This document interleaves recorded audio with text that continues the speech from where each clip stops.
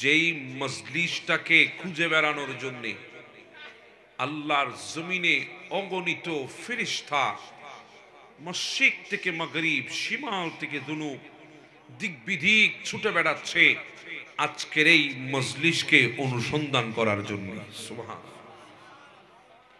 যখন এই ধরনের মজলিস আল্লাহর ওই ফেরেশতাদের নজরে চলে আসে, তখন ইনারা তাদের নূরানি পাখনাগুলো বিছিয়ে দিয়ে আল্লাহর বান্দাগুলাকে আল্লাহর রহমতের চাদরে ডেকে নেন। সুবহানাল্লাহ।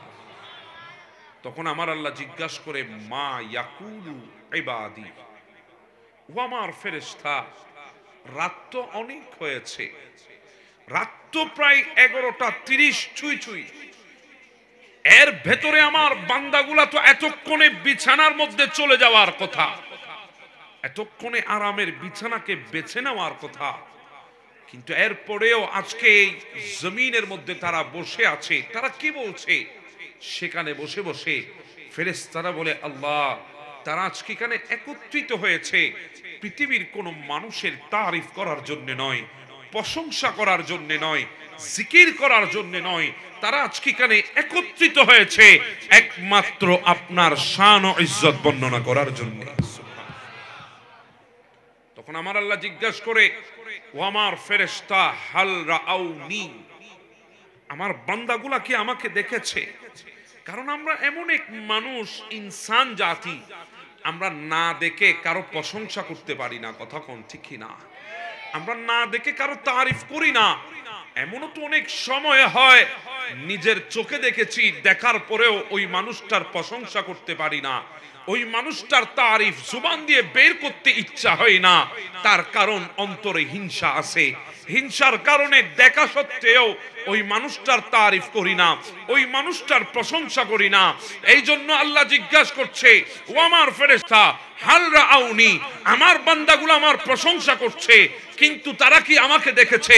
ফেরেশতারা বলে, আল্লাহ, আপনার ইজ্জতের কসম করে বলি, আপনার বান্দারা আপনাকে না দেখে আপনার প্রশংসা করছে। তখন আল্লাহ জিজ্ঞাসা করে, ওয়া কাইফা লাউ রাআউনি, যদি আমার বান্দাগুলা যদি আমাকে দেখতো?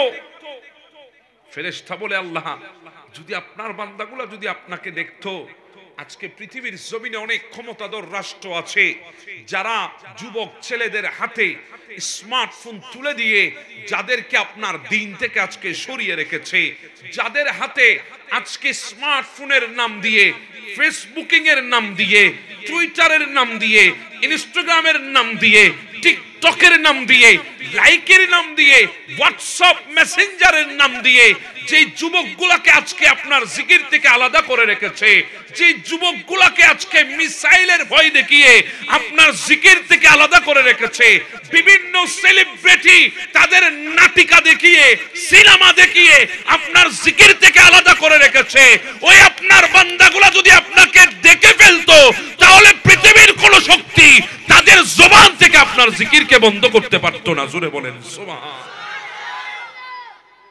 তখন আমার আল্লাহ জিজ্ঞাসা করে, ফেরেশতা, ফামা ইয়াসআলুন, অসুবিধা হয়? ফামা ইয়াসআলুন, কারণ আমরা বড় মকসুদি বান্দা, আমাদের প্রত্যেকটা ক্ষেত্রে মকসুদ আছে না নাই? প্রত্যেকটা কিছুতে মকসুদ আছে। এই যে যুবক ভাইগুলা দাঁড়ায় আছে, এই এই ভাইরা, তোমরা কিসের আশায় দাঁড়ায় আছো? এই আমার দিকে তাকাও, এই কিসের আশায় দাঁড়ায় আছো? হয় বসো, না হলে যাও। কারণ মেজবানের বাড়িতে কাউকে দাওয়াত দিয়ে খাওয়ানোর টাইম নাই। কথা কোন ঠিক না? আসলে আসবা, বসলে বসবা, নসিব যদি ভালো হয়। আজকের মজলিস কিসের জন্য, এই কথাটা বলে আমি আলোচনা শুরু করছি ইনশাআল্লাহ। আল্লাহ জিজ্ঞাসা করছে, ফামা ইয়াসআলুনি, আমার ফেরেশতা, আমার বান্দাগুলা কি চায়, তাদের মকসুদ কি? কারণ মালিক ভালো করেই জানে আমরা বড় মকসুদি বান্দা। কথা কোন ঠিক না? আমাদের প্রত্যেকটা কাজের পেছনে মকসুদ আছে। আমরা হাঁটি মকসুদ নিয়ে, আমরা চলি মকসুদ নিয়ে, আমরা একজনের সাথে সুসম্পর্ক বজায় রাখি মকসুদ নিয়ে, আমরা একজনের সাথে কথা বলি মকসুদ নিয়ে। তো আল্লাহ জিজ্ঞাসা করছে, ফামা ইয়াসআলুনি, তাদের মকসুদ কি, তারা কি চায়, তাদের সওয়াল কি, তাদের চাহনি কি, তখন ফেরেশতারা বলে আল্লাহ তারা পৃথিবীর কোনো ধন দৌলত চাওয়ার জন্য আজকে এখানে একত্রিত হয় নাই, পৃথিবীর কোনো ক্ষমতার জন্য আজকে এখানে একত্রিত হয় নাই, পৃথিবীর কোনো লাভের আশায় এখানে একত্রিত হয় নাই, আজকে তারা এখানে একত্রিত হয়েছে আপনার শ্রেষ্ঠ নিয়ামত জান্নাত চাওয়ার জন্য। সুবহানাল্লাহ। তখন আল্লাহ জিজ্ঞাসা করে ফেরেশতা আমার বান্দাগুলা কি জান্নাত দেখেছে, তারা কি জান্নাত দেখেছে? তখন ফেরেশতারা বলে আল্লাহ না, তারা এখনো জান্নাত দেখে না। আল্লাহ জিজ্ঞাসা করে যদি জান্নাত দেখতো, বলে আল্লাহ যদি জান্নাত দেখতো, যদি একবার দেখতো, লাগবে না আছে, যদি জান্নাত যদি দেখে ফেলতো, যখনই আপনার দরবারে হাত তুলতো ফজরের নামাজ পড়ে, যখন হাত তুলতো জোহরের নামাজ পড়ে, যখন হাত তুলতো আসর পড়ে, মাগরিব পড়ে, ইশা পড়ে, গভীর রাত গোটা পৃথিবীর মানুষ ঘুমিয়ে গেছে, গোটা পৃথিবী স্তব্ধ হয়ে গেছে, আপনার বান্দাগুলা তখন জায় নামাজে বসে যখন হাত তুলতো, তারা টাকা কড়ি চাইতো না, বিল্ডিং চাইতো না, গাড়ি বাড়ি চাইতো না, পৃথিবীর কোনো ধন দৌলত আপনার কাছে আশা করতো না, যখনই হাত তুলতো তখনই আপনার কাছে জান্নাত চাইতো। তখন আমার আল্লাহ জিজ্ঞাসা করে ফেরেশতা কিসের থেকে বাঁচতে চায়? বলে আল্লাহ জাহান্নাম থেকে। তারা কি জাহান্নাম দেখেছে? বলে না, তারা তো জাহান্নাম দেখে নাই। যদি দেখতো, যদি জাহান্নাম দেখতো, এমন ভাবে জাহান্নাম থেকে পালিয়ে আপনার দ্বীনের পাপ বন্ধ হয়ে যেত, পৃথিবীর কোন শক্তি তাদেরকে আপনার কাছ থেকে দ্বিমুখ করতে পারতো না। তখন আমার আল্লাহ বড় শক্ত কথা বলে দিয়েছেন, ও আমালাইশবাসীরা, ও সাতকানিয়ার বাসীরা, আপনাদের জজবা আমি দেখতে চাই। আমার আল্লাহ শক্ত কথা বলেছেন আপনাদের জন্য, আমার আল্লাহ বড় গুরুত্বপূর্ণ কথা বলেছেন আপনাদের জন্য। আপনারা কষ্ট করে বসে আছেন, মালিক আপনাদের জন্য পুরস্কার ঘোষণা করে দিয়েছে, ফাআশহিদুকুম আন্নী কদ গফরতু লাহুম, ও আমার ফেরেশতারা সাক্ষী হয়ে যাও, আজকে এই আমালাইশের জমিনে, সাতকানিয়ার জমিনে, এই সুন্নি কনফারেন্সে আমার বান্দা যারা বসেছে, আমি তাদের জীবনের গুনাহকে মুহূর্তের মধ্যে মাফ করে দিয়েছি। তো জোরে বলি না সুবহানাল্লাহ। তাহলে আমরা বড় তকদিরওয়ালা, আমরা আজকের মাহফিলে বসার সুযোগ পেয়েছি, এই সুযোগ ও তৌফিক দান করেছেন কে? জি বলি কে? সেই মালিকের শুকর দরকার আছে না নাই? শরীরের জমাট বাঁধা শক্তিগুলাকে একত্রিত করে, কণ্ঠের পাওয়ারকে বুলন্দ করে একবার মোহাব্বতের আওয়াজে বলি আলহামদুলিল্লাহ। এই মাহফিল আমাদের জন্য বড় ইম্পর্টেন্ট।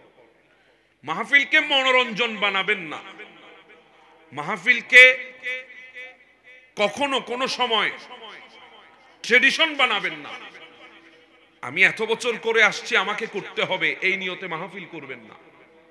মাহফিল করবেন পরিবর্তন হওয়ার জন্য, পরিবর্তন করার জন্য। কথা বুঝতেছেন? একটা মাহফিল হওয়ার পেছনে তিনজন ব্যক্তির প্রয়োজন আছে, তিনটা ব্যক্তির প্রয়োজন, তিন প্রকার ব্যক্তির প্রয়োজন। একজনে শোনাবেন আর কিছু শুনবেন। কথা বলেন ঠিক না? সবাই তো আর শোনাবে না, কিছু শোনাবে, কিছু শুনবে।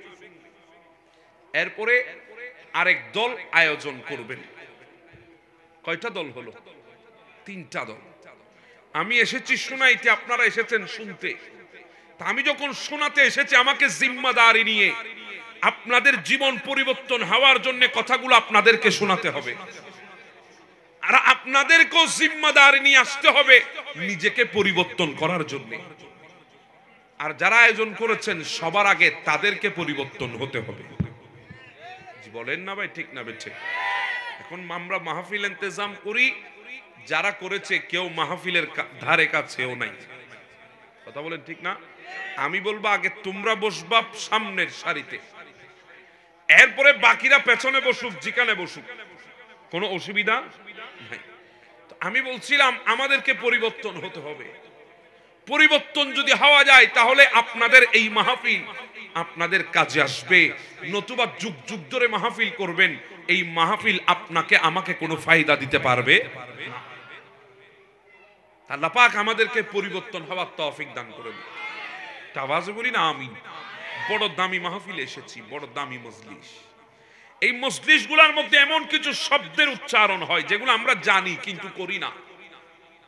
বাচ্চা বাচ্চা পর্যন্ত জানে কিন্তু আমরা সহজে জুবান দিয়ে বের করতে চাই না। সবাই বলতে পারি, শুধু মুসলমান নয়, বিধর্মী যারা আছে তারা পর্যন্ত শব্দগুলা জানে, কিন্তু এরপরও শব্দগুলা তারা বলে কিন্তু আমরা বলতে চাই না। শব্দগুলা ছোট সিম্পল শব্দ। ওই কিছুক্ষণ আগে আপনারা আমার সাথে বলেছেন আলহামদুলিল্লাহ, ছোট শব্দ না? কঠিন? কঠিন না, বাচ্চা বাচ্চা জানে, জিজ্ঞাসা করেন ওরাও বলবে আলহামদুলিল্লাহ। আমরা তো এটাই শিখাই তাদেরকে, কথা বলেন ঠিক না? সবাই জানে, বিধর্মীরাও জানে, যাদের ঈমান নাই তারাও আলহামদুলিল্লাহ জানে। শব্দটা আমার কাছে ছোট মনে হয়েছে, আমার কাছে একদম হালকা মনে হয়েছে, কিন্তু আমার নবী বলেন ওয়ালহামদুলিল্লাহি তামলাল মিজান।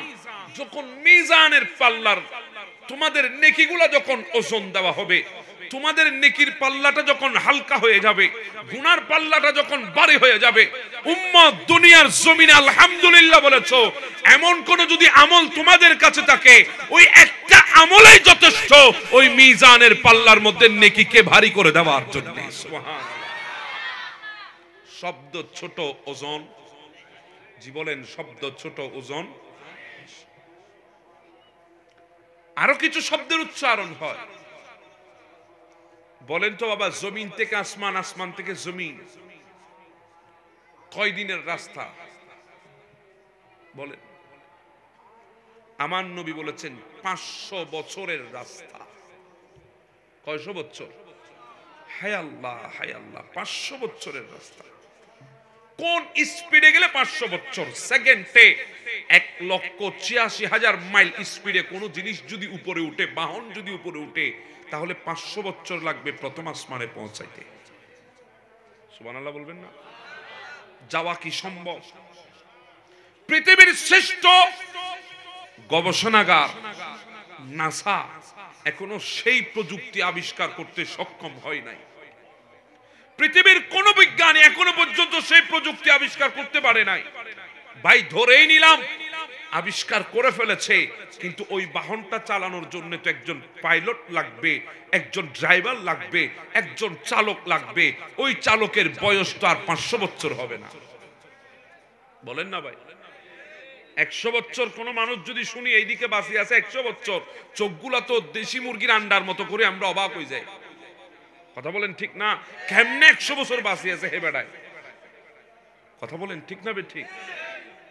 500 বছর হায়াত তো সম্ভব, কিন্তু নবী বলে তোমরা পৌঁছাতে পারবে, ও আমার উম্মতেরা তোমরা পারবে। সুবহানাল্লাহি ওয়ালহামদুলিল্লাহি তামলান আও তামলাউ মা বাইনাস সামাওয়াতি ওয়াল আরদ। উম্মত জমিনে বসে যখন সুবহানাল্লাহ বলেছো, আলহামদুলিল্লাহ বলেছো, এই শব্দগুলোর ওজন এত বেশি, আল্লাহ তোমার আমলে জমিন থেকে আসমান পর্যন্ত নেকি দিয়ে ভরপুর করে দিয়েছে। এই শব্দগুলোর উচ্চারণ কি মাহফিলের বাইরে হয় না মাহফিলে হয়?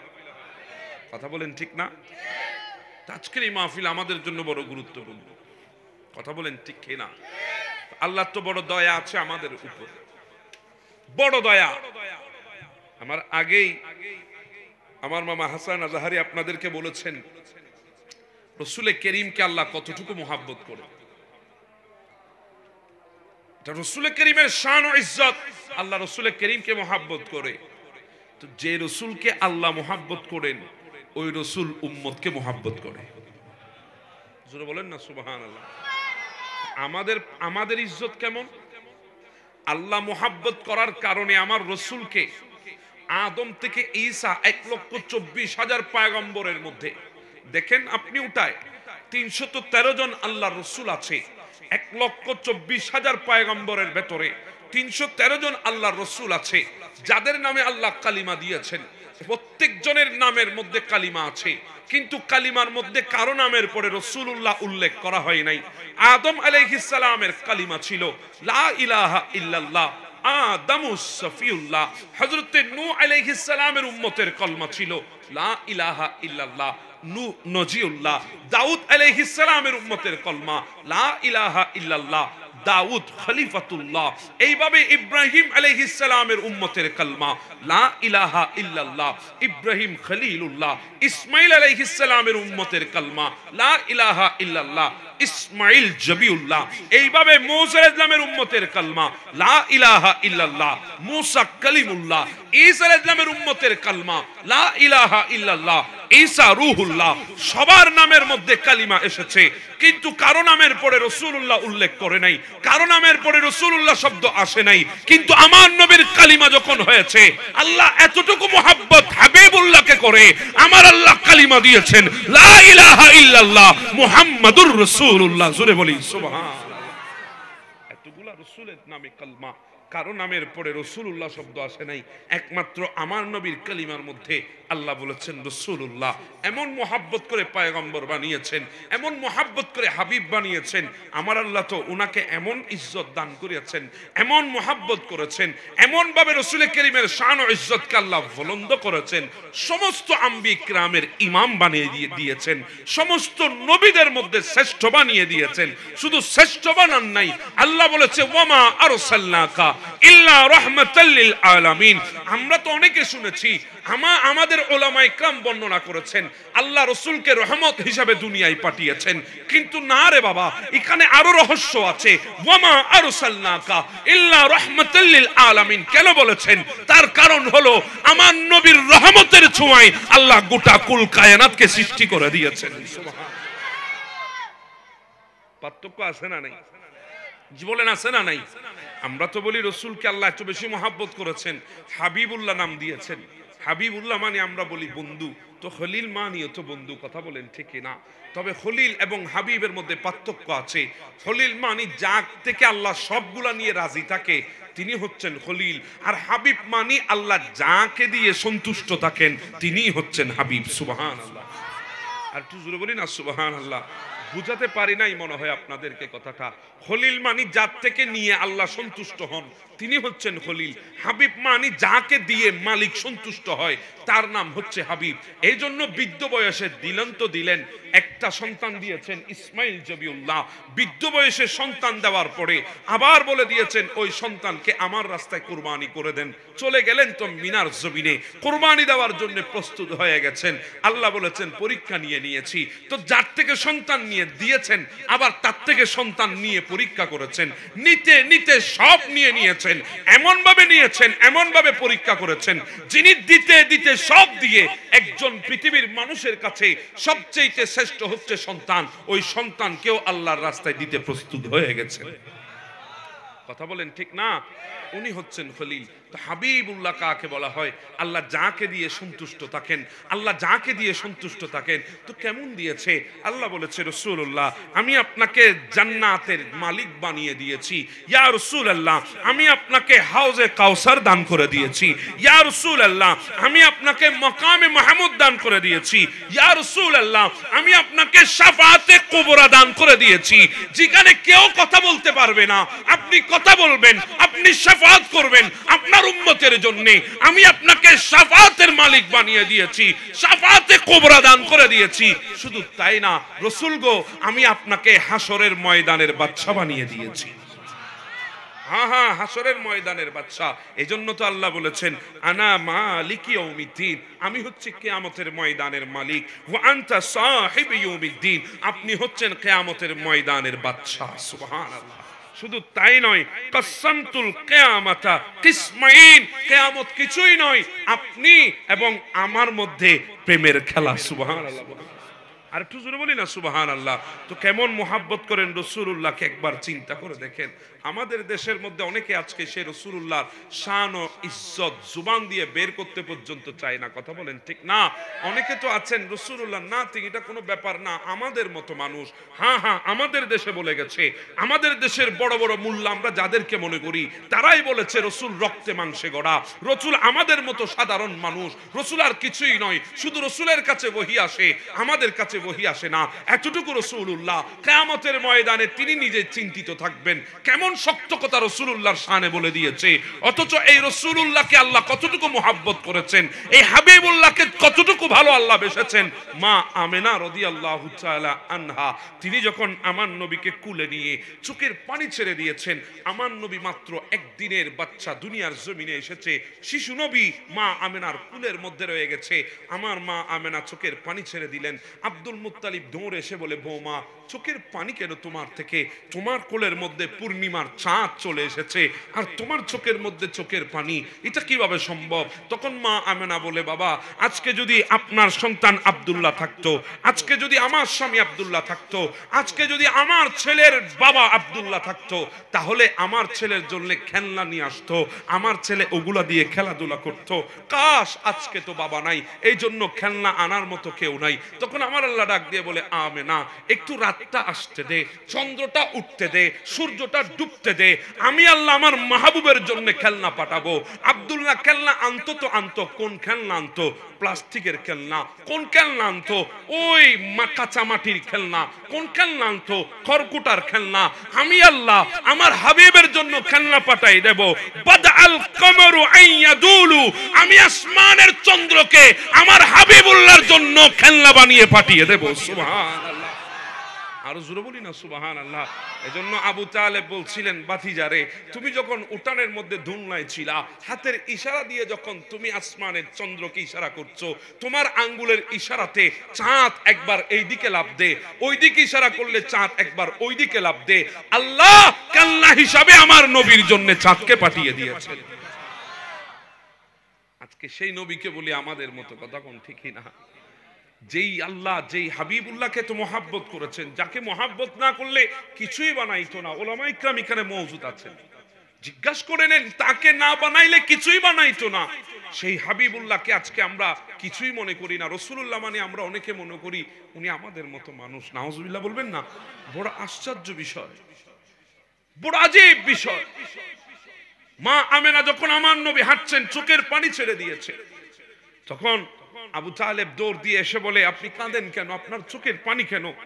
বলে, কাঁদি এই জন্যে, আজকে যদি তোমার ভাই আব্দুল্লাহ থাকতো, আমার স্বামী আব্দুল্লাহ থাকতো, আমার সন্তানের বাবা আব্দুল্লাহ যদি থাকতো, আজকে আমার সন্তানকে নিয়ে আরবের অন্যান্য বাবাদের মতো ঘুরতে যেত, বেড়াইতে যেত, বিভিন্ন জায়গায় যেত। আল্লাহ ডাক দিয়ে বলে, আমেনা কোথায় যেত? মাজান্না এবং ওকাস নামে দুইটা মেলাই তো মক্কার জমিনে ছিল, হয়তো দুই মেলার মধ্যে তোমার সন্তানকে নিয়ে আমার হাবিবকে নিয়ে ঘুরতে যাইতো, নতুবা নানার বাড়ি যাইতো, খালার বাড়ি যাইতো, ফুফুর বাড়ি যাইতো, নতুবা তার আত্মীয় স্বজনের বাড়ি যাইতো। কিন্তু আমেনা একটু সবর ধর, একটু সবর ধর, একটু ধৈর্য ধারণ কর, আমি আমার হাবিবুল্লাহকে বেড়াইতে নিয়ে আসবো, আমার হাবিবুল্লাহকে ঘুরাইতে নিয়ে যাব। সুবহানাল্লাযী আসরা বিআবদিহি লাইলাম মিনাল মাসজিদিল হারামি ইলাল মাসজিদিল আকসা। আমিও নিয়ে যাব বেড়াইতে ওই মসজিদে আকসা, আমিও নিয়ে যাব প্রথম আসমানে, দ্বিতীয় আসমানে, তৃতীয় আসমানে, চতুর্থ, পঞ্চম, ষষ্ঠ, সপ্তম, সিদরাতুল মুনতাহা, দাইম কাফেলে, লৌহ কলম, আরশ কুরসি, জান্নাত জাহান্নাম পেলে লা মকানে আমার মাহবুবকে এনে আমার ঘরের মধ্যে বেড়াইয়ে নিয়ে যাব। সুবহান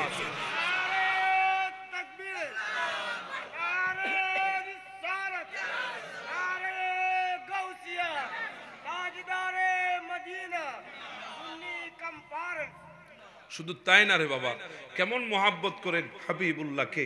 কিছুক্ষণ আগেই তো হাসান আজাহারি বলে গেছেন আপনাদেরকে আমার নবীর কিবলা পরিবর্তনের কথা। হ্যাঁ হ্যাঁ, নবীর কিবলা পরিবর্তনের কথাই বলছি। নবী বারবার চেহারা তুলছিলেন ওই কিবলা পরিবর্তনের জন্য।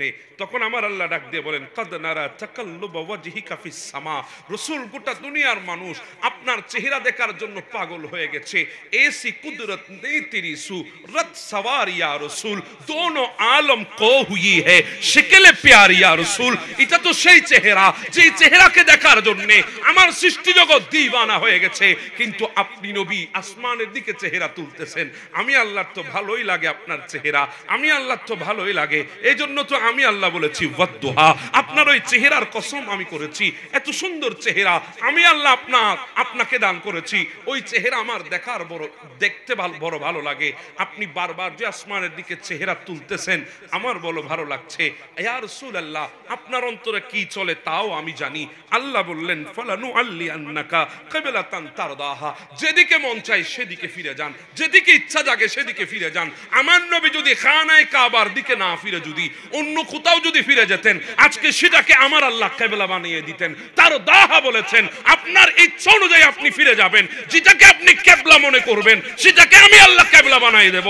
আমার নবী বলে আল্লাহ আপনি তো বেহতর জানেন আমি কোন দিকে ফিরতে চাই, সেই কথাটা আপনি বলে দেন। তখন আমার আল্লাহ বললেন ফাওয়াল্লি ওয়াজহিকা শাতরাল মসজিদিল হারামি, ইয়া রাসূলুল্লাহ ফিরে যান মসজিদে হারামের দিকে। আমার নবী ছিল উত্তরের দিকে বাইতুল মুকাদ্দাস, দক্ষিণে ছিল খানায়ে কাবা। নবী 2 রাকাত নামাজ মুকাম্মেল করেছেন, আরো 2 রাকাত বাকি আছে।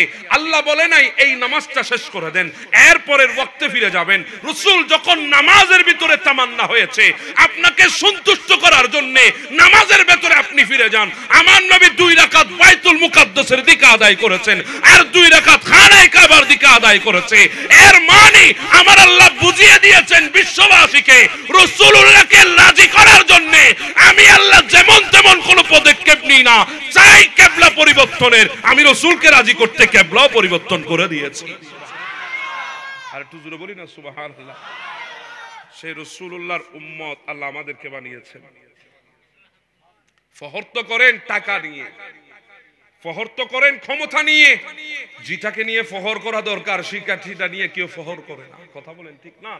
ফখর করেন আমরা রাসূলুল্লাহর উম্মত। কথা বুঝতেছেন আমার কথা? আমার নবী আমাদেরকে কত মুহাব্বত করে। মায়েশা সিদ্দিকা জিজ্ঞাসা করেছিলেন ইয়া রাসূলুল্লাহ কিয়ামতের ময়দানটা কেমন হবে? কঠিন ময়দান। আমার নবী বলছে বড় কঠিন, বড় কঠিন। আয়েশা আমি দেখতেছি মুসা কালিমুল্লাহ ওই কিয়ামতের ময়দান আল্লাহ যখন ডাক দিবে লিল্লাহি ওয়াহিদিল কাহ্হার, আজকের রাজত্ব কার, সেখানে সবাই সেদিন প্রজা হয়ে থাকবে, রাজা কেউ নাই। কথা বলেন ঠিক না? আল্লাহ ডাক দিবে আজকে রাজত্ব কার, গোটা কিয়ামতের ময়দান থরথর করে কাঁপবে। এটা তো কিয়ামতের ময়দানের মঞ্জরের কথা বলছি। এর আগে যখন কিয়ামত হবে আল্লাহ বলেন ইযাস সামাউন ফাতারাত ওয়া ইযাল কাওয়াকিবু ইনতাসারাত ওয়া ইযাল বিহারু ফুজ্জিরাত ওয়া ইযাল কুবুরু বু'থিরাত। এই আসমান, বিশাল আসমান, এটা খণ্ড খণ্ড হয়ে জমিনের মধ্যে পড়বে। একবার চিন্তা করেন প্যান্ডেলটা যদি ভেঙে যায় আমাদের অবস্থা কি হবে? কথা বলেন ঠিক না? ঘরের উপরে ছাদ আছে না নাই? কি বলেন আছে না নাই? আচ্ছা, আপনি ছাদ বানিয়েছেন রড দিয়ে, সেই রডের ছাদটা যদি ভূমিকম্পে যদি ধসে যায় তখন আমরা যদি সেটার নিচে থাকি আমাদের কি অবস্থা হবে? বাঁচবেন কেউ? কথা বলেন বাঁচবেন কেউ? এবার চিন্তা করেন আসমানটা ধসে পড়বে যেদিন, ওদিন কি অবস্থা হবে?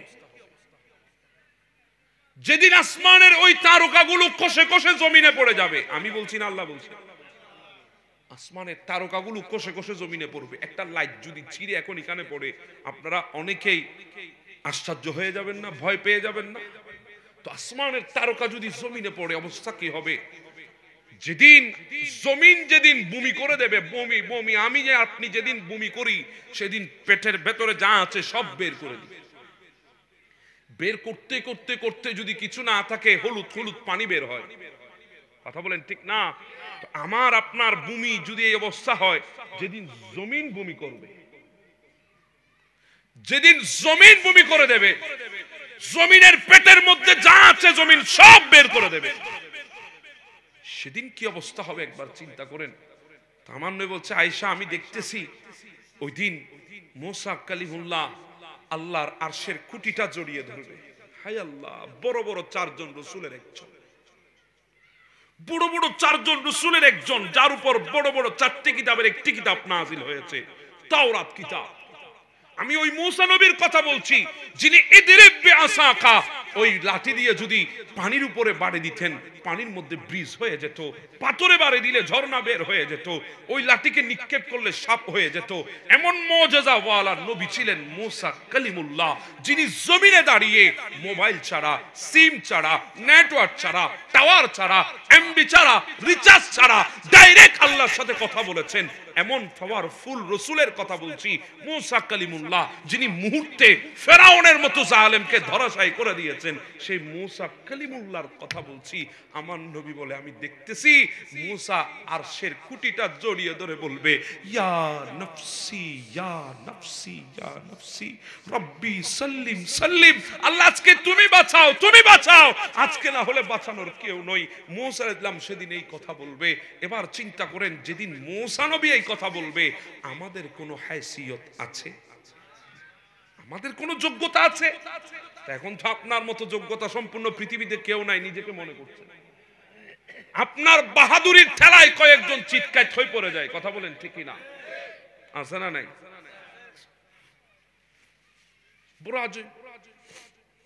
আপনি মসজিদের সভাপতি হতে পারলেই বাস হয়ে গেছে, আর মানুষে মানুষ মনে করেন না। কথা বলেন ঠিক না? তখন আপনি তো ফ্লোরেও বসতে পারেন না, আপনার জন্য আলাদা চেয়ার রাখতে হয় মসজিদের বেতনে। কথা বলেন, আমি কি ভুল বলছি? রাগ করতেছেন আপনারা? আমি এক মসজিদে গেলাম, ঢুকার সাথে সাথে আবার বের হয়ে গেছে। আমাকে একজনে ধরে বলে, হুজুর বের হলেন কেন? আমি বললাম, ভাই আমি ভুলে মনে হয় ডেকোরেশনের দোকানে ঢুকে গেছি। হুজুর কেন? এতগুলো মসজিদ, এতগুলো চেয়ার কেন? এই চেয়ার দেখে আমি মনে করেছি আমি কোনো ডেকোরেশনের দোকানে ঢুকেছি। বলে, না হুজুর, এটা তো মসজিদ। এতগুলো চেয়ার? বলে, হুজুর এখানে নামাজ পড়ে। নাউজুবিল্লাহ বলবেন না? কোন ব্যক্তিটা চেয়ারে বসে নামাজ পড়ে জানেন? যে ব্যক্তিটা রাত দিনে ওই বিলের মধ্যে চাষাবাদ করে, কোমর বাঁকা করে করে বীজ বপন করে, ওই মানুষগুলা মসজিদে আসলে আর হাঁটতে পারে না, বসতে পারে না, চেয়ার উঠে গেছে। কথা বলেন ঠিক না? যেই মানুষটা গোটা দুনিয়া চষে বেড়ায় সারাদিন, একজন একটা ভুল বললে 2-3 বার ফুফিয়ে ফুফিয়ে যায় মারার জন্য, ওই মানুষটা মসজিদে গেলে লুল হয়ে গেছে। কথা বলেন ঠিক না? আছে না নাই? আমি কি ভুল বলছি নাকি? আমি বলি, বাবা এগুলা রোগের কারণে নয়, এগুলা ওজোরের কারণেও নয়, ওই পকেটে কয়েকটা মাল এসেছে, বাস চেয়ার উঠে গেছে। কথা বলেন না বাবা, ঠিক না? ঠিক। মালের ঠেলায় উপর উঠে গেছে। কথা বুঝতেছেন? কিসের ঠেলা? আমরাও তো তাদেরকে বাহবা দিই। আমাদের মসজিদের অনেক মানুষ তাদের জন্য আলাদা জায়গা রেখে দেয়। মসজিদ এটা কি আলাদা কারো জন্য না সবার জন্য? আজকে আমরা আলাদা জায়গা রেখে দিই ওনার জন্য, চেয়ার রেখে দিই। হ্যাঁ, এটা ধরো না, এটা মসজিদের সভাপতির চেয়ার।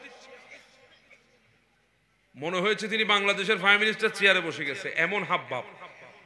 কথা বলেন ঠিক না? এসেছেন তো এসেছেন, অনেক সময় জুমার দিন দেখা যায় ফুল ফিল আপ যখন মসজিদ, তখন সভাপতি আইছে, পেছনে একজন চেয়ারটা খান্দে লই, এই সর, এই সাইড দে, এই এমন করে তেমন কর। তা বলেন না ভাই, ঠিক না বেঠে?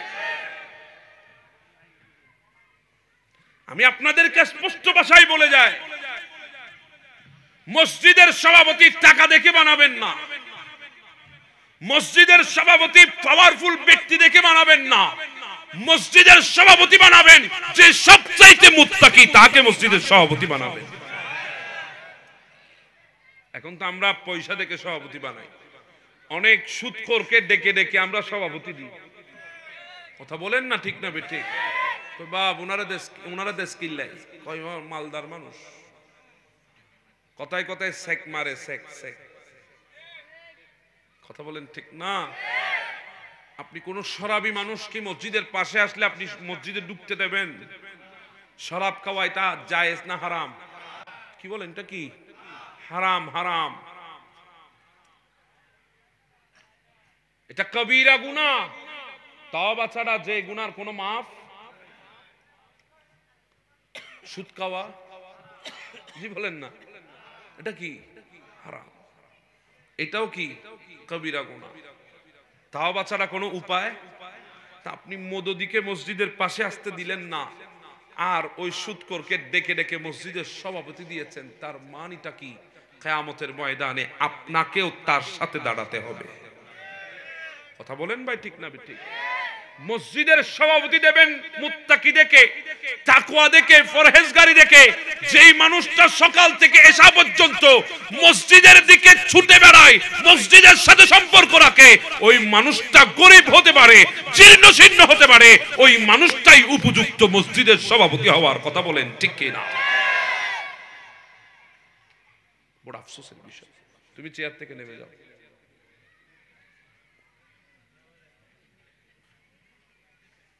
আপনারা মনে কষ্ট নেবেন না, আমি বলেছিলাম পরিবর্তন চাই। কি চাই? পারবেন তো?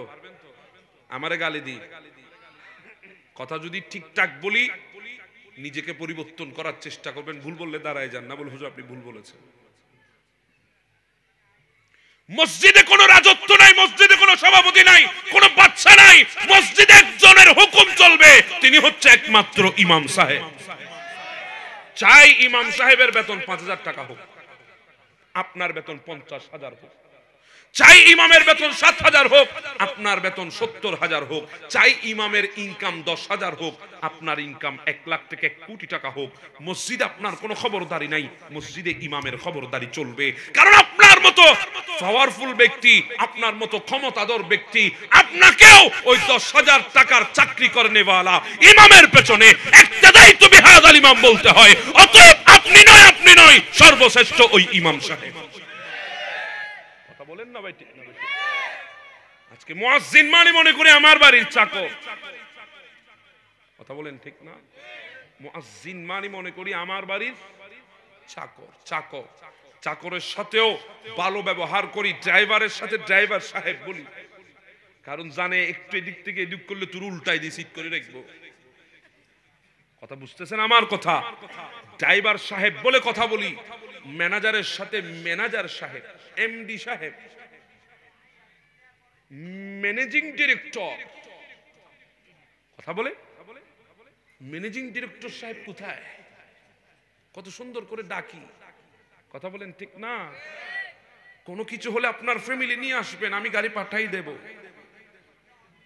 কারণ কি, সে ভালো করেই জানে যদি একটু এদিক থেকে এদিক করে আমার কোম্পানি সিটে যাবে। কথা বলেন ঠিক না? তুমি দুনিয়ার টাকা বুঝেছো, দুনিয়ার কোম্পানি দরদ তোমার কলিজার ভেতরে আছে, দুনিয়ার সম্পদের দরদ আছে। এই জন্য তুমি তোমার যারা চাকর বাকর তাদের সাথেও ভালো ব্যবহার করো, কারণ তোমার কাছে দুনিয়াটাই সবচাইতে বড়। কিন্তু শোনো, তাদের সাথে যদি তুমি খারাপ ব্যবহার করো, তোমার কোম্পানিটা চলে যাবে, তোমার ধন দৌলত দুলিশাত হয়ে যাবে। কিন্তু ওই ধন দৌলতের চাইতো আরো একটা শ্রেষ্ঠ ঈমান আছে, যেই জিনিসটাকে নিয়ে তোমাকে যেতে হবে কবরের মধ্যে। ধন দৌলত নিয়ে যেতে পারবে না, গাড়ি বাড়ি নিয়ে যেতে পারবে না, ওই দৌলতে ঈমানটা নিয়ে তোমাকে কবরে যেতে হবে। ওই দৌলতে ঈমানটা নষ্ট হয়ে যাবে যদি তুমি মসজিদের ইমামের সাথে যদি খারাপ ব্যবহার করো। কথা বলেন ঠিক না বেঠিক? আমি কি বুঝাতে পারছি আপনাদেরকে? বাদশা হারুনুর রশিদ নাম শুনেছেন? আর ভাই আলতি হলো এই যে কি দিতে রাখতে ফোরাটো রুটি দেনা হলো বই জন্য বা খুদিন জায়গা আছে এমতি হলো এই মূর্তির মতো মনে দে ফুরা উঠটি বই না পারে কথা। আল্লাহ বই বেলে জিনিস একটা নাও দেন বা তো থিয়ে বেললে যাইলে জিনিস দিই, বই বেললে দিই তো। আল্লাহ সবাইকে বুঝার তৌফিক দান করুক। ওনার মন কষ্ট পাই তাহলে কিন্তু পারলাম, অসুবিধা অন্য না আর হতা। বাদশা হারুনুর রশিদ নাম শুনেছেন? কোথার বাদশা ছিল? আমার দিকে ভাইয়ের, আমার দিকে কোথার বাদশা ছিল? আমি আপনাদেরকে বেশিক্ষণ কষ্ট দেব না, কারণ আমার টাইম ছিল 9:30।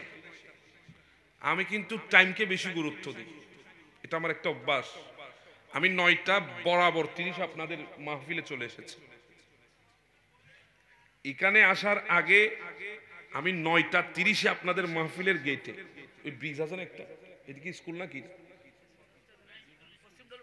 প্রাইমারি স্কুল, ওই প্রাইমারি স্কুলের মাঠে ছিলাম। আমি 9:30 ওখানে এসেছি।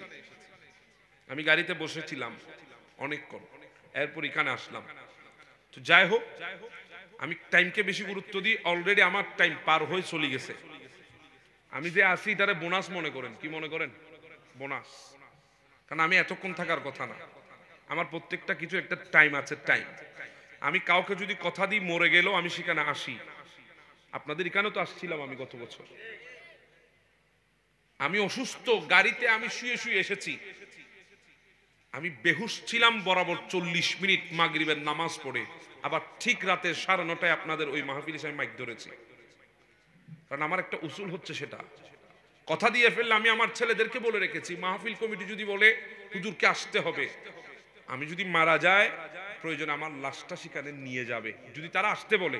আর যদি তাদের বিবেক থাকে হুজুর মারা গেছে আর কেমনে আইব, এটা যদি বিবেক থাকে তাহলে যদি নিষেধ করে তাহলে তোমরা আমাকে দাফন করে দিবা, তাদের অনুমতি ছাড়া নয়। কারণ আমি তাদের কাছে ওয়াদাবদ্ধ, জবান তাদেরকে দিয়েছি। কথা বুঝেছেন আমার কথা? অতএব আপনারাও আগামীতে টাইমকে প্রাধান্য দিবেন। কি কাকে? টাইমকে প্রাধান্য দেওয়ার চেষ্টা করবেন। সময় বড় মূল্যবান, যেটা চলে যায় সেটা ফেরত আসে না। অতএব আমাদেরকে বুঝতে হবে। বাদশা হারুন রশিদ, কথা অল্প বলবো, আপনাদের কষ্ট হচ্ছে আমি দেখতেছি। বাদশা হারুন রশিদ তিনি, তার স্ত্রী ছিলেন জুবাইদা। স্ত্রীর নাম কি? জুবাইদা। স্ত্রীকে নিয়ে বাদশা কাইলুলা করছেন। কাইলুলা মানি দুপুরে বাদকে কিছুক্ষণ শোয়া, দুপুরে বাদকে কিছুক্ষণ শোয়া, এটা আমার নবীর সুন্নাত। আর রাতে বাদকে কিছুক্ষণ হাঁটাহাঁটি করা, এটা আমার নবীর সুন্নাত। এখন আমরা কমপ্লিট উল্টা। কমপ্লিট কি? দুপুরে বাদকে দৌড় দিই, রাতে বাদকে সিটে যাই। কথা বলেন ঠিক না? এজন্য আমাদের শরীরে হাজারো বিমার বাসা বেঁধেছে। আমার নবীর এক একটা সুন্নতকে যদি আঁকড়ে ধরেন তাহলে পৃথিবীর কোনো বিমারি আপনাকে স্পর্শ করতে পারবে না। কথা বুঝাতে পারছি? তো বাদশা হারুন রশিদ স্ত্রীর সাথে কাইলুলা করছেন। হঠাৎ বাদশা বলছেন, স্ত্রী জুবাইদা, তোমার কারণে আমার ইজ্জত নাকি আমার কারণে তোমার ইজ্জত? তখন জুবাইদা বলছে, স্বামী, আপনার কারণে আমার ইজ্জত নয়, বরং আমার কারণে আপনার ইজ্জত। সুবহানাল্লাহ। বাদশা বলতেছে, আমি বাদশা, বাগদাদের হাজারো মহিলা লাইন ধরে দাঁড়িয়ে আছে আমার স্ত্রী হওয়ার জন্য। বাদশার স্ত্রী যদি হতে পারি, তার মতো ইজ্জতদার কেউ নাই।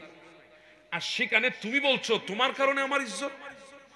বাদশা রাগান্বিত হয়ে বলে দিলেন, আজকের সূর্য অস্তের আগে যদি তুমি আমার এই রাজত্ব ছেড়ে যদি যেতে না পারো, এই রাজ্য ছেড়ে যদি যেতে না পারো, তাহলে তোমাকে 3 তালাক। কয় তালাক? অর্থাৎ রাজ্য ছেড়ে চলে গেলে তালাক হবে, যদি যেতে না পারে তালাক। জুবাইদা বলে, হায় আল্লাহ, কি করলাম? চলে গেলেন আরেক কামরায়। বাদশার যখন রাগ পানি হয়ে গেছে, ভালো মানুষগুলার যখন রাগ পানি হয়ে যায় তারা ভুল স্বীকার করে। কথা বলেন ঠিক না? আর গাদ্দার গুলা জীবনে মরি গেলেও ভুল স্বীকার করবে না। কথা বলেন ঠিক না? বাদশা রাগ যখন পানি হয়ে গেছে, বলে, আল্লাহ, আমি কি করলাম? যে স্ত্রীকে মুহাব্বত করে আরাফার ময়দানে আমি নাহারে জুবাইদা নাম দিয়ে ঝর্ণা বানিয়েছি হাজীদের জন্য, হাজীরা উযু গোসল করতে পারে মতো। সুবহানাল্লাহ। হাজীরা যাতে উযু গোসল করতে পারে সেজন্য আমি ঝর্ণা বানিয়েছি। যে স্ত্রীকে মুহাব্বত করে নাম দিয়েছি নাহারে জুবাইদা, আজকে সেই স্ত্রীকে আমি কি বলে ফেললাম? আমি স্ত্রী তো ঠিকই বলেছে জুবাইদা, আমার কারণে তার ইজ্জত নয়, তার কারণে আমার ইজ্জত। কেন? আমার নবী বলে, উম্মত, তুমি একজন নেককার পুরুষের জন্য পৃথিবীর জমিনে বিল্ডিং, বাড়ি, গাড়ি এগুলো তোমার জন্য শ্রেষ্ঠ সম্পদ নয়। পৃথিবীর বুকে একজন মুমিন বান্দার জন্য শ্রেষ্ঠ সম্পদ হচ্ছে একজন নেককার স্ত্রী। সুবহানাল্লাহ। আমার স্ত্রী তো ঠিকই বলেছে, আমি না ভুল বুঝলাম। বাদশা বলে, এখন কি করব? তিনি আস্তে করে তার উজিরকে ডাক দিলেন, উজির, তাড়াতাড়ি আমার লস্কর বাহিনী তৈরি কর, আমার বাহন তৈরি কর। হুজুর, কই যাবেন? বলে, আমি ইমাম আবু ইউসুফের দরবারে যাব। সুবহানাল্লাহ। যিনি ইমাম আজম আবু হানিফার ছাত্র। ইমাম আজম আবু হানিফার ছাত্র, বাগদাদের প্রধান বিচারপতি ইমাম আবু ইউসুফ। বলে, আমি উনার কাছে যাব। গেলেন, ইমাম আবু ইউসুফ ঘরের দরজা খুলে দিলেন। দেখছেন বাদশা হারুন রশিদ। বাদশা, গরিবের ঘরে হাতির পাড়া, আপনি কিভাবে আসলেন? বলে, আমি সমস্যায় পড়ে এসেছি, মুসিবতে পড়ে এসেছি। হায় আল্লাহ বাদশা, গোটা বাগদাদের মানুষ মুসিবতে পড়লে আপনার কাছে যায়, আর আপনি এসেছেন আমার কাছে। বলে, মুসিবতটাই এমন, আপনি ছাড়া কেউ আমাকে এই মুসিবত থেকে বের করতে পারবে না। বলেন, বসেন, চিন্তা করবেন না, আপনি তো নেককার বাদশা, আপনার মুশকিল আসান হয়ে যাবে, নাস্তা নাস্তা খান। বলে, না, এগুলো আমার গলা দিয়ে নামবেন, আমি টেনশনে আছি, তাড়াতাড়ি সমাধান দেন। কি সমাধান? বলে আমার স্ত্রীর সাথে কাইলুলা করছিলাম, হঠাৎ করে এক পর্যায়ে বলে দিলাম আজকের সূর্যাস্তের আগে যদি আমার রাজ্য ছেড়ে যেতে না পারো তোমাকে 3 তালাক। হুজুর আমার রাজ্য তো এত বড়, দ্রুত কোনো বাহনের উপর চড়েও যদি আমার রাজ্য পাড়ি দিতে চায় সূর্যাস্তের আগে পাড়ি দেওয়া অসম্ভব, তাহলে তো আমার স্ত্রীর তালাক হয়ে যাবে। আমি চাই না নেককার স্ত্রীকে হারাতে, হুজুর আপনি কোন একটা উপায় বের করে দেন। তখন ইমাম আবু ইউসুফ মুস্কি মুস্কি হাসতেছেন। বাদশা বলে হুজুর আমি মুশকিলে পড়েছি আর আপনি হাসছেন। বলে আপনার সমস্যাটার আসান পথ একদম ছোট, আপনার এই মুশকিল থেকে বের হয়ে আসার জন্য যেই পথটা দরকার ওটা একদম ছোট সমাধান, ছোট। বলে কি বলেন? আমার রাজ্য তো অনেক বড়, এমন কোন বাহন নাই এই রাজ্য সূর্যাস্তের আগে ছেড়ে যেতে পারবে, আর আপনি বলছেন একদম মুশকিল, ছোট আসান, কিভাবে সম্ভব? বলে বাদশা আপনার স্ত্রী কোথায়? বলে রাজপ্রাসাদে। গিয়ে আপনার স্ত্রীর হাত ধরে বগদাদের জুমা মসজিদে এনে ঢুকাই দেবেন, আপনার স্ত্রীকে বগদাদের জুমা মসজিদে রাখবেন, যখন সূর্য অস্ত হয়ে যাবে তখন জুমা মসজিদ থেকে বের করে নিয়ে যাবেন, আপনার স্ত্রী তালাক হবে না। বাদশা বলে ও ইমাম আবু ইউসুফ আমি বলেছি আমার রাজ্য ছেড়ে যেতে হবে, এই বগদাদের জুমা মসজিদ তো আমার রাজ্যের ভেতরে। তখন ইমাম আবু ইউসুফ ডাক দিয়ে বলে এই বাচ্চা সাবধান হয়ে যাও, গোটা বগদাদে তোমার রাজত্ব চলে, আল্লাহর ঘর মসজিদে তোমার কোন রাজত্ব চলে? এখানে রাজত্ব চলে কার? তুমি কোটিপতি হয়েছ কি হয়েছে, তোমার রাজত্ব মসজিদের ভেতরে চলবে না, মসজিদের ভেতরে চলবে ইমামের রাজত্ব। কথা বুঝতেছেন? মসজিদের ভেতরে দাম থাকবে মুয়াজ্জিনের, তাদের সাথে গিয়ে ভালো ব্যবহার করতে হবে। কিয়ামতের ময়দানে কোন কোটিপতিকে আল্লাহ মিম্বরে দাঁড় করাবেন না। কিয়ামতের ময়দানে মিম্বরে দাঁড়াবে আমার নবীর মুয়াজ্জিন হযরতে বেলাল হাবশী। সুবহানাল্লাহ। বেলাল হাবশীর জন্য মিম্বর বানিয়েছেন, আপনি মুয়াজ্জিনকে এত ছোট মনে করেছেন কেন? 5000 টাকার বেতনে চাকরি করে বলে। ইনারা যদি ইনাদের চাহিদা বিসর্জন না দিয়ে যদি আজকে উচ্চ আকাঙ্ক্ষায় যদি অন্য কানে চলে যেত, তোমার মতো 70,000 টাকার বেতনের চাকরিও তারা করতে পারত। তারা একমাত্র দ্বীনের হাজিরে তোমার মতো গুনাহগার গুলাকে 5 ওয়াক্ত নামাজ ঠিকমতো পড়ানোর জন্য তাদের চাহিদাকে বিসর্জন দিয়ে তোমাদের মসজিদে 5,000 টাকার নাম মাত্র মূল্যে তারা থেকে গেছে। না হলে এগুলা দিয়ে তাদের কিছু আসেও না, যায়ও না, তাদের রিজিকের ব্যবস্থা ডাইরেক্ট আল্লাহ পাক নিজের কুদরতের হাতে করে। কথা বলেন ঠিক না বেটে? না হলে বর্তমান সমাজে 5,000 টাকা দিয়ে তুমি 1 মাস চলে দেখো, আমি চ্যালেঞ্জ করলাম তুমি 1 মাস চলে দেখো, কোনোদিনও পারবে না, অসম্ভব। 120 টাকা পেঁয়াজের দাম, কি বলেন না? 120 টাকা পেঁয়াজের দাম, তুমি কোনোদিন পারবে না, আমি গ্যারান্টি দিয়ে বলবো। 5,000 টাকা দিয়ে তুমি 1 মাস চলে দেখো, তুমি কোনোদিন পারবে না। আলহামদুলিল্লাহ মসজিদের ইমাম মুয়াজ্জিন চলছে, শুধু চলছে না, বাবাকেও লালন পালন করছে। তোমার মতো কোটি টাকার মালিক হওয়ার পরেও, ঘরের মধ্যে বিশাল বিল্ডিং থাকার পরেও, ঘরের ভেতরে বিশাল বিশাল রুম থাকার পরেও, যে রুমগুলোর মধ্যে তুমি তোমার মা এবং বাবাকে জায়গা দিতে না পারে বৃদ্ধাশ্রমে পাঠিয়ে দিয়েছো, সেখানে 5,000 টাকার চাকরি করে ওই ইমাম সাহেব মুয়াজ্জিন সাহেব নিজের বাবাকেও পালছে, মাকেও পালছে। অনেকে দেখবেন নিজের ছোট ছোট ভাই বোন গুলাকে পড়ালেখাও করাচ্ছে, নিজের সন্তান গুলাকেও দেখভাল করছে, নিজের স্ত্রীকেও চালাচ্ছে। হুজুর বেতন তো 5,000, কেমনে চলে? আমি তো নিজেও জানি না, শুধু একটা জিনিস জানি, আমি শুধু সিজদায় বলি সুবহান রাব্বিয়াল আলা, সুবহান রাব্বিয়াল আযীম। আল্লাহ, এই কথাটা আমি জিকির করতে থাকি আর আল্লাহ রিজিকের বরাদ্দ দিয়ে দেন। হযরত ইউসুফ আলাইহিস সালাম যখন মিশরে আজিজ হয়েছেন, আজিজে মিশর হয়েছেন, 7 বছর অভাব চলেছিল ওই মিশরের জমিনে। কয় বছর? 7 বছর দুর্ভিক্ষ চলেছে। এর আগের 7 বছর বাম্পার ফলন ফলেছে।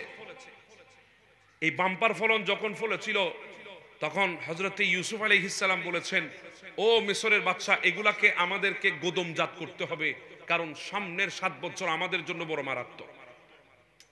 সামনের 7 বছর আমাদের জন্য কঠিন, কারণ সামনের 7 বছর গোটা জমিনের মধ্যে কোথাও ফসলাদি হবে না, এই জমিনের মধ্যে তখন অভাব চলবে। কথা বুঝতেছেন? দুর্ভিক্ষ চলবে। তো এই 7 বছর যেগুলো আমরা মওজুদ করব, ওই বাকি 7 বছর আমরা প্রজাদেরকে এখান থেকে প্রত্যেকদিন মেফে মেফে আমরা দেব। তো প্রত্যেকদিন একজন জনগণের জন্য এক সা গম করে ইউসুফ আলাইহিস সালামের নেতৃত্বে ওনাকে খাদ্যমন্ত্রী বানানো হয়েছে, অর্থমন্ত্রী, খাদ্যমন্ত্রী। উনি আজিজে মিশর হয়েছেন। উনি ওখান থেকে এক সা গম, কয় সা গম? এক সা গম তিনি ওই মিশরের মানুষদের মাঝে বন্টন করতেন, মিশরের মানুষদেরকে দিতেন এক সা গম।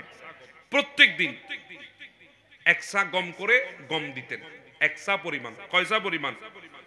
জি বলেন, কয় সা পরিমাণ? এক সা পরিমাণ গম দিতেন, সবাইকে দিতেন।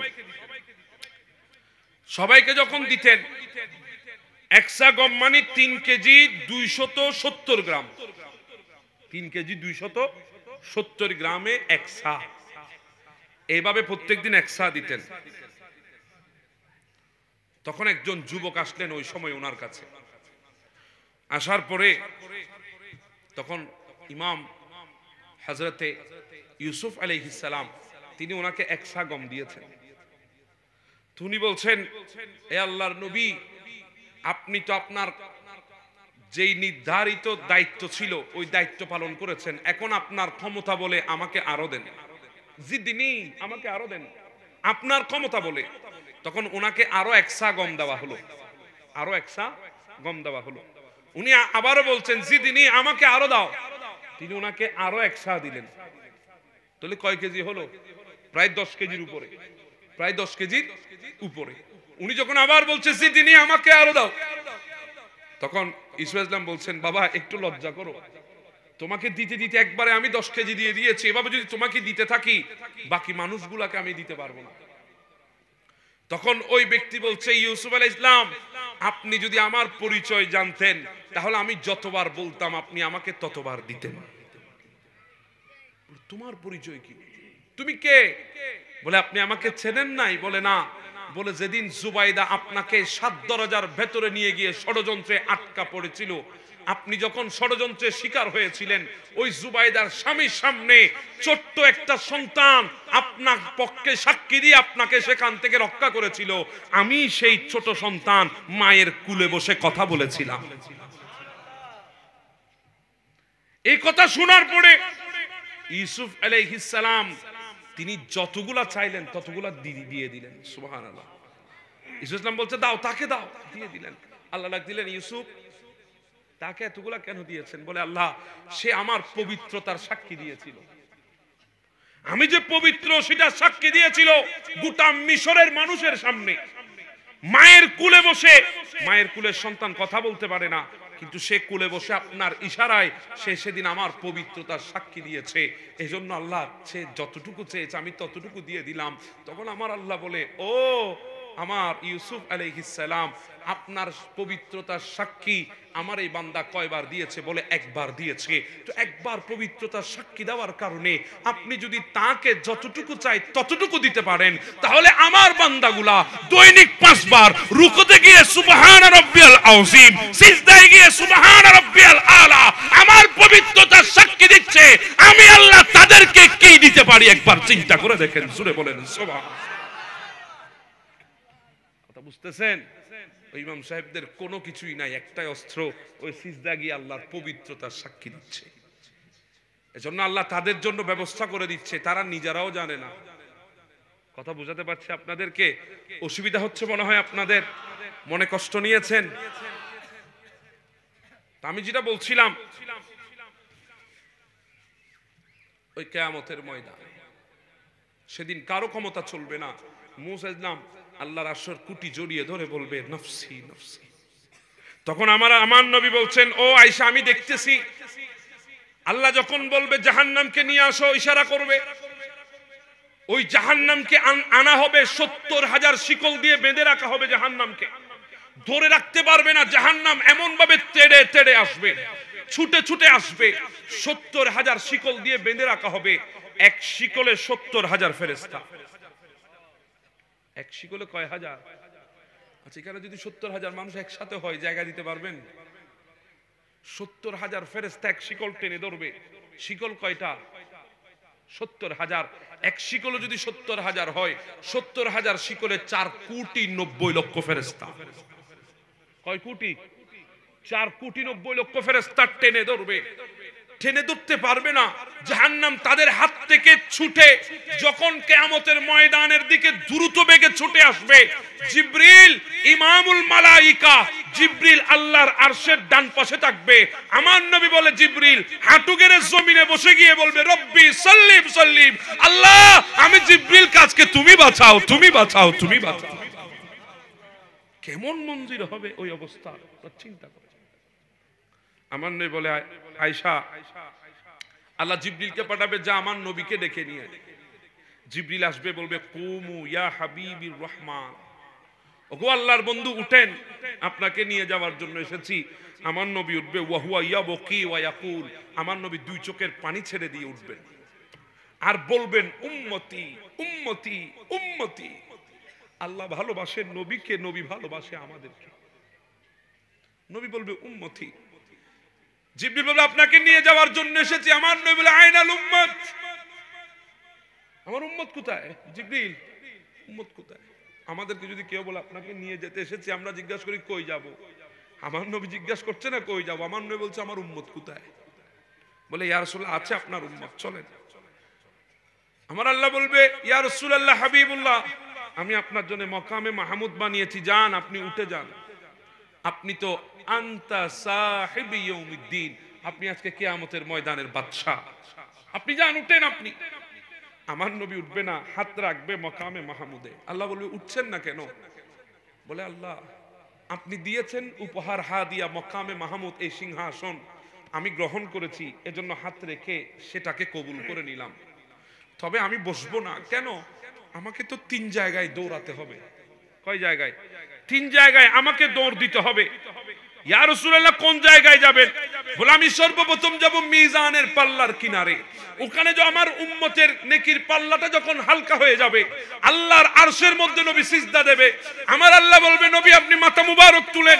বলে আল্লাহ না তুলবো না, কারণ তুমি বলেছো ওয়ালা সাউফা ইউতিকা রাব্বুকা ফাতারদা, আমি যতক্ষণ সন্তুষ্ট হব না তুমি ততক্ষণ আমাকে দেবে।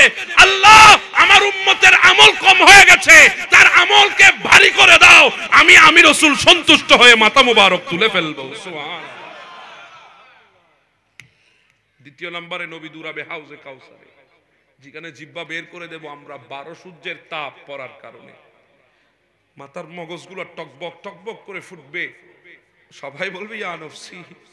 আমার নবী সেদিন হাউজে কাউসার হাতে নিয়ে বলবে উম্মতে দিকায় একবার পান করে যা, একবার খাওয়াই দিলে আর তৃষ্ণা আসবে না।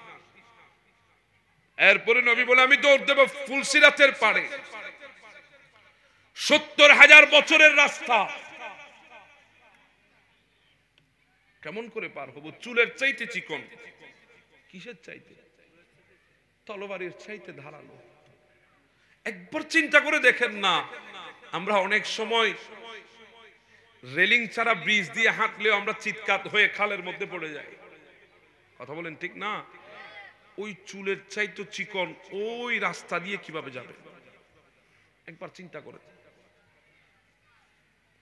তখন আমার নবী দৌড় দিয়ে আসবে, উম্মত তোর নাম কি? আমরা বলবো ইয়া রাসূলুল্লাহ আমার নাম সুলাইমান। তুই আমার উপর দরুদ পড়েছিস? হ্যাঁ ইয়া রাসূলুল্লাহ বড় মোহাব্বত নিয়ে পড়েছি।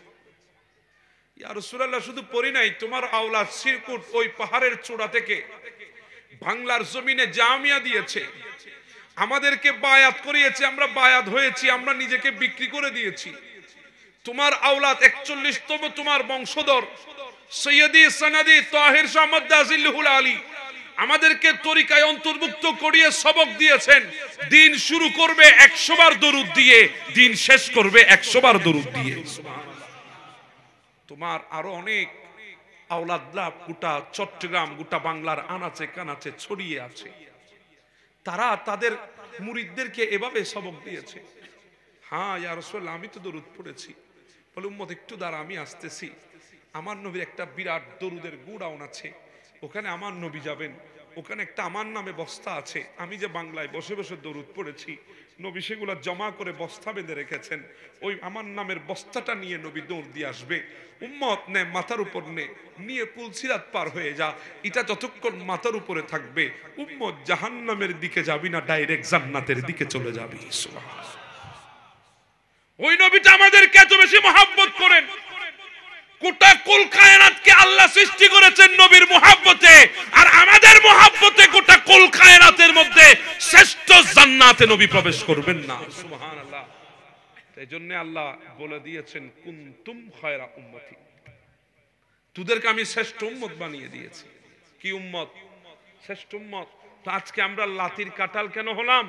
আমরা আমাদের শ্রেষ্ঠত্ব বুঝি নাই। কথা বলেন ঠিক না? আমরা যে শ্রেষ্ঠ সেটা আমাদের বুঝা আসে না। এই জন্য নিজেকে বুঝবেন আগে আমি কোন নবীর উম্মত।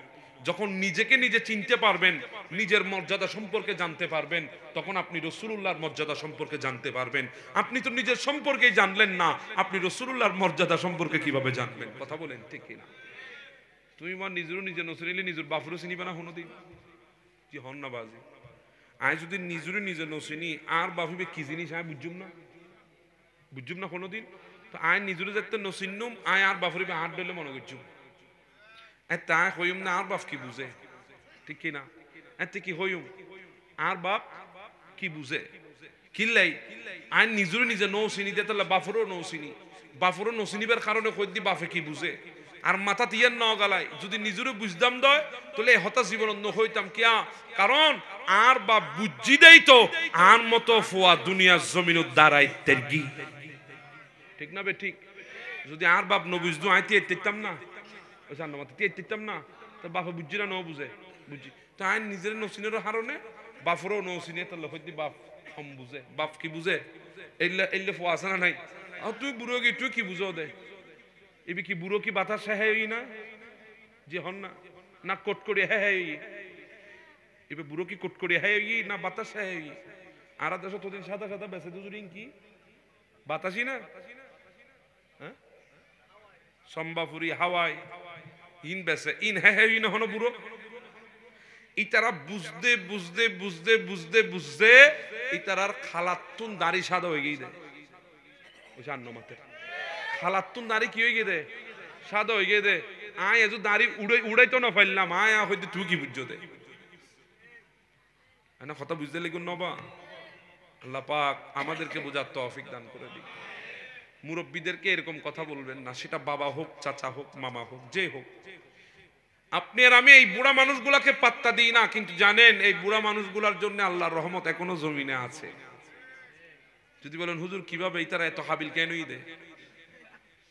ইতারা বুড়ো মানুষই না এত কাবিল কেনই? ইনা আর হাসান হাসা কাবিল ন দে আল্লাহর হাসা বড় কাবিল। কারণ ইতারা যাতে সাদা দাড়ি লইরা আল্লাহ দরবার তান তুলি দে আল্লাহ না ইতারা সাদা দাড়ির মিক্কা চাই আয় লজ্জিত হয়ে যাই। ইতারা যাতে জিয়ান চায় আয় তিতারা সাদা দাড়ির মিক্কা চায়, সাদা চুলুর মিক্কা চায় আল্লাহ ইয়ান দান করে দিই। ঠিক কারণে রহমত এখনো ঈদ দে। ঠিক না বে ঠিক? আপনি দেখেন যে গরতুন মুরব্বী যাবো গড়ে কিন্তু উজারা হয়ে গিয়ে ওই না নুয় অকালে মুরব্বী যদি যার গুদ্ধ গড়িয়েন তুন গড়িয়েন উজালা হয়ে গিয়ে। ঠিক না বে ঠিক? গড়িয়েন কোনো সৌন্দর্যতা আর হয়ে দিবি কি বুঝিবে বুঝি দেই তো আজি আর দ্রুত আসি ওবা হয় না নয়। আল্লাহ বুঝিবে তৌফিক দান করুক আমিন।